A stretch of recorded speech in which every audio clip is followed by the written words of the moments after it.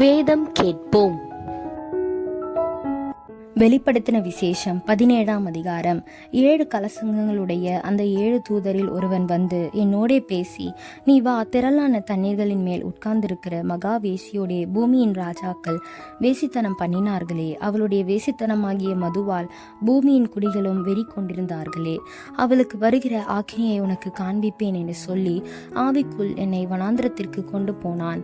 அப்பொழுது 7 தலைகளையும் 10 கொம்புகளையும் உடையதும் தூஷணமான நாமங்களால் நிறைந்திருந்துமான சிவப்பு நிறமுள்ள மிருகத்தின் மேல் ஒரு ஸ்திரீ ஏறி இருக்க கண்டேன். அந்த ஸ்திரீ இரத்தாம்பரமும் சிவப்பான ஆடையும் தரித்து பொன்னினாலும் இரத்தினங்களினாலும் முத்துகளினாலும் சிங்காரிக்கப்பட்டு தன் வேசித்தனமாகிய அருவப்புகளாலும் அசுத்தத்தாலும் நிறைந்த பொற்பாத்திரத்தை தன் கையிலே பிடித்திருந்தாள். மேலும் இரகசியம் மகா பாபிலோன் வேசிகளுக்கும் பூமியில் உள்ள அருவருப்புகளும் தாய் என்னும் நாமம் அவள் நெற்றியில் எழுதியிருந்தது. அந்த ஸ்திரீ பரிசுத்தவான்களின் இரத்தத்தினாலும் இயேசுவினுடைய சாட்சிகளின் இரத்தத்தினாலும் வெடிக்கொண்டிருக்கிறதை கண்டு அவளை கண்டு நான் மிகவும் ஆச்சரியப்பட்டேன். அப்பொழுது தூதனானவன் என்னை நோக்கி, ஏன் ஆச்சரியப்படுகிறாய்? இந்த ஸ்திரீயினுடைய இரகசியத்தையும் 7 தலைகளையும் 10 கொம்புகளையும் உடையதாய் இவளை சுமக்கிற மிருகத்தினுடைய இரகசியத்தையும் உனக்கு சொல்லுகிறேன்.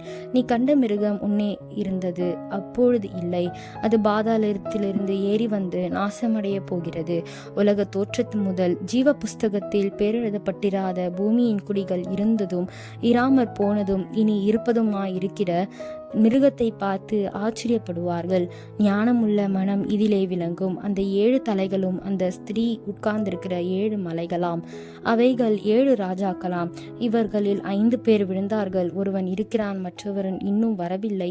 வரும்போது அவன் கொஞ்ச காலம் தரித்திருக்க வேண்டும். இருந்ததும் இராததுமாகிய மிருகமே எட்டாதவனும் அவ்வேழிலிருந்து தோன்றுகிறவனும் நாசமடைய போகிறவனுமாய் இருக்கிறான். நீ கண்ட 10 கொம்புகளும் 10 ராஜாக்களாம். இவர்கள் இன்னும் ராஜ்யம் பெறவில்லை. இவர்கள் மிருகத்துடனே கூட 1 மணி நேரம் அளவும் ராஜாக்கள் போல அதிகாரம் பெற்றுக்கொள்ளுகிறார்கள். இவர்கள் ஒரே யோசனை உள்ளவர்கள். இவர்கள் தங்கள் வல்லமையையும் அதிகாரத்தையும் மிருகத்திற்கு கொடுப்பார்கள். இவர்கள் ஆட்டுக்குட்டியானவருடைய யுத்தம் பண்ணுவார்கள். ஆட்டுக்குட்டியானவர் கத்தாதி கத்தரும் ராஜாதி ராஜாவுமா இருக்கிறபடியால் அவர்களை ஜெயிப்பார். அவரோட கூட இருக்கிறவர்கள் அழைக்கப்பட்டவர்களும் தெரிந்து கொள்ளப்பட்டவர்களும் உண்மை உள்ளவர்கள் இருக்கிறார்கள் என்றான். பின்னும் அவன் என்னை நோக்கி, இந்த வேசி உட்கார்ந்திருக்கிற தண்ணீர்களை கண்டாயே, அவைகள் ஜனங்களும் கூட்டங்களும் ஜாதிகளும் பாஷைக்காரருமாம்.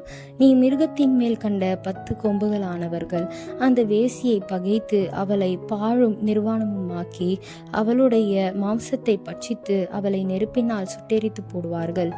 தேவன் தம்முடைய வார்த்தைகள் நிறைவேறும் அளவும் அவர்கள் தமது யோசனையை நிறைவேற்றுகிறதற்கும் ஒரே யோசனை உள்ளவர்களாய் இருந்து தங்கள் ராஜ்யத்தை மிருகத்திற்கு கொடுக்கிறதற்கும் அவர்களுடைய இருதயங்களை ஏவினார். நீ கண்ட ஸ்திரியானவள் பூமியின் ராஜாக்கள் மேல் ராஜ்யபாரம் பண்ணுகிற மகா நகரமேயாம் என்றான்.